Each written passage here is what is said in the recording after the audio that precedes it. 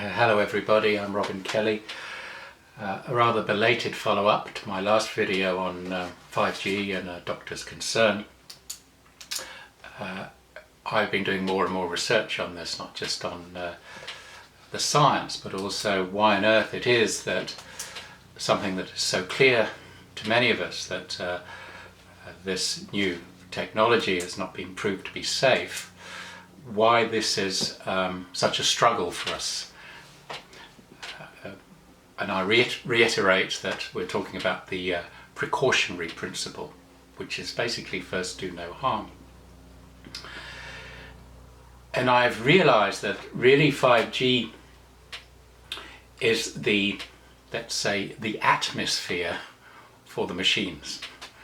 It's the atmosphere for the Internet of Things, for artificial intelligence, and the goal of so many of these world agencies of moving towards, by 2030, a state where there is transhumanism, that we are basically augmented with machinery. And so this is what we're up against, that without 5G, without this environment, which they call the 5G ecosystem, none of this will take place. Then people ask me, well, why on earth has nobody fronted up with this? I think a lot of it is stupidity. I think a lot of it is that decisions have been made without really thinking, but also by committees. But also I've looked at these agencies and there are disclaimers and basically things covering themselves. They work in tandem in committees, so nobody there needs to stand up to protect themselves. So let's make this clear, that we here in this world obviously depend on oxygen, the right balance of oxygen and carbon dioxide and nitrogen, but also the natural electromagnetic frequencies, which we call the Schumann Resonances, which are way down in the Hertz range, between roughly 7 to 8 Hertz, although things have increased. And this subtle environment, all living things is dependent on.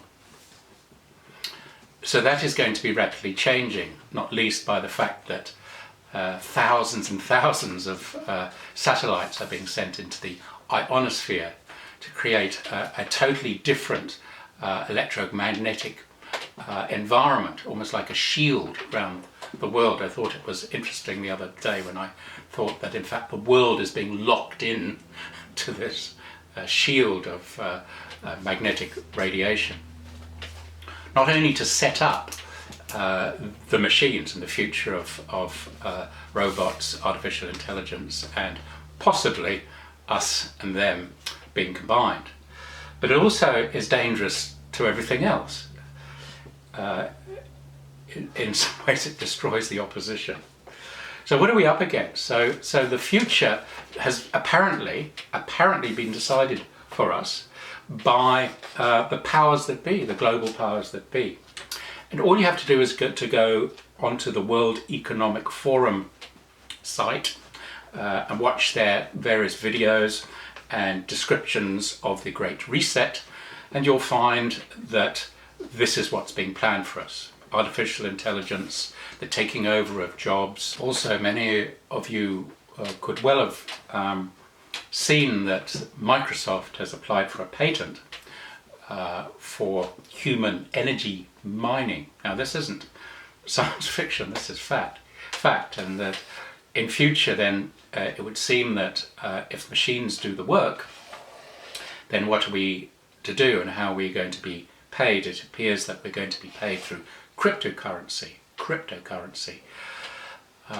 which is through an assessment of our energy and what we do and how we act and how we think, and we're going to be rewarded automatically for doing the right thing, which of course means that we're not going to be rewarded if the powers that be feel we're doing the wrong thing. it also puts great strain, of course, on our students, because many jobs are going to be taken over by AI. It may well be that many things that we buy, many material goods, become cheaper and free because they do not, people don't have to pay other people to make or manufacture them. So this is the Great Reset, the Great Leap Forward. And particularly the World Economic Forum has admitted that they have used this past lockdown time to push this agenda forward. So who's behind it? Well, the World Economic Forum, and that's on their sites. This is no conspiracy, you just have to look at it. United Nations are really focused on Agenda 2030. The World Health Organization, the military-industrial complex, and of course the academic institutions. Imperial College, as you may know, has also signed a deal with Huawei for 5G, for 5 million, and also obviously receives a lot of money from the Bill Gates Foundation. None of this is conspiracy. All you have to do is Google it and you'll find it. So without 5G, none of this, supposedly to their minds, can happen.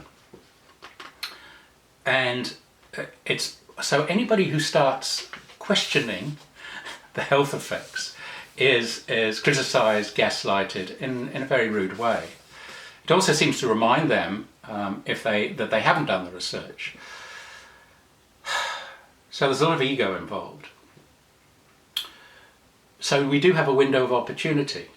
I'm told by the Scientific Media Centre, which is the voice of our Royal Society here, that in 2022 the World Health Organization is going to do a risk assessment on 5G and existing radio frequencies. To which I would have thought that it means that we should wait at least till the World Health Organization, however trusted or not trusted they are by various people, have their report. So how on earth can we roll out something prior to the risk assessment in this day and age of health and safety? During this lockdown for COVID-19, we've seen the most extreme precautionary measures being made, the lockdown of countries, the separation of us physically. And many of us have been willing to do that with the idea that this will help humanity and particularly the most vulnerable. So why on earth, you could say, why are they applying this principle to a technology which is going to clothe every living being for the rest of their lives, 24 hours a day? Well, I think I may have begun to answer those questions. So much, not just vested interest, power, money as invested. Have they been that stupid in general? Yes, they've been very, very stupid. Are they being, is there an evil force above that? Quite possibly. But most of it is stupidity and lack of common sense, and possibly many people who have been educated just in one field and don't ever look outside the square. Whatever the reasons, this is it. Whatever the reasons also, I think there's a great chance that we can halt this and have our voice properly heard now.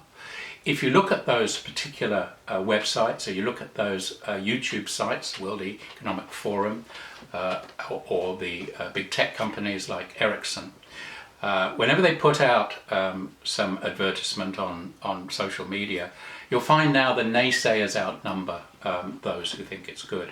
And they are, I would say, from the rank and file and from the average person, and certainly it's got to be from mothers and fathers and kindy teachers, because we've got to do this to protect our children. We have to stop being impetuous as human beings, stop being greedy, and start being sensible and caring, and more contented with the beauty that's around us than searching in vain for something much better. to fill holes in our lives. Cheerio. Thank you.